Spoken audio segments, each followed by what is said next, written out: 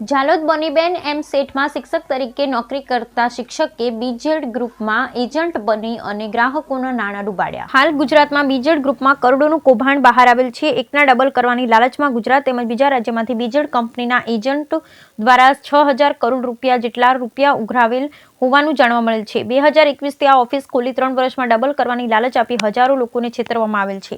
CID crime દ્વારા આ અંગે વિસ્તૃત તપાસ કરવામાં આવેલ અને આ કૌભાંડમાં સંડોવાયેલ તમામ એજન્ટો પર તપાસ હાથ ધરી। ઝાલોદ બીનાબેન એમ સેટ કન્યા શાળામાં નોકરી કરતો ગણિત વિજ્ઞાનનો શિક્ષક કલ્પેશ ખાંટા કંપનીમાં એજન્ટ હોવાનું બહાર આવેલ, પરંતુ આ શિક્ષક આ શાળામાં ફક્ત કાગળ પર નોકરી કરતો હોવાનું બહાર આવ્યું છે। આ શિક્ષક શાળાનું નવું સત્ર ચાલુ થાય ત્યારે 13 જૂનના રોજ હાજર રહેલ હતો। ત્યારબાદ આ શિક્ષક દ્વારા કપાત રજા પર ઉતરી ગયેલ હતો, તેમજ તેઓ આ કૌભાંડ બહાર આવી ત્યાં સુધી તેઓ આ સ્કૂલમાં રજા મૂક્યા બાદ હાજર રહેલ નથી।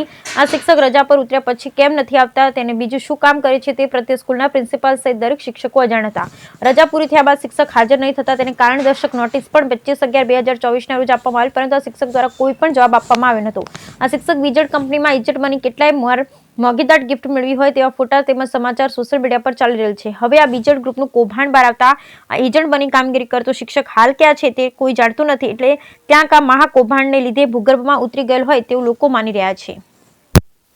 ફરજ બજાવતા ખાન કલ્પેશ કુમાર વિદેશી સત્ર પૂરતા 13/6/2024ના રોજ હાજર થયા હતા। ત્યારબાદ 14/6થી કપાત પગારની રજાઓ પર હતા, તેનો રજા રિપોર્ટ પણ ઓફિસમાં આપેલ છે, જાણ કરેલ છે।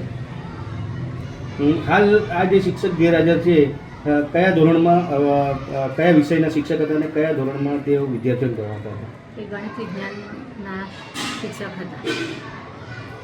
અત્યારે એના અગેન્સ્ટમાં કોઈ બીજા શિક્ષક હાજર થયા છે? ના, બીજો કોઈ હતા। આપનું નામ? મોમીન ફાતમા બેન છે।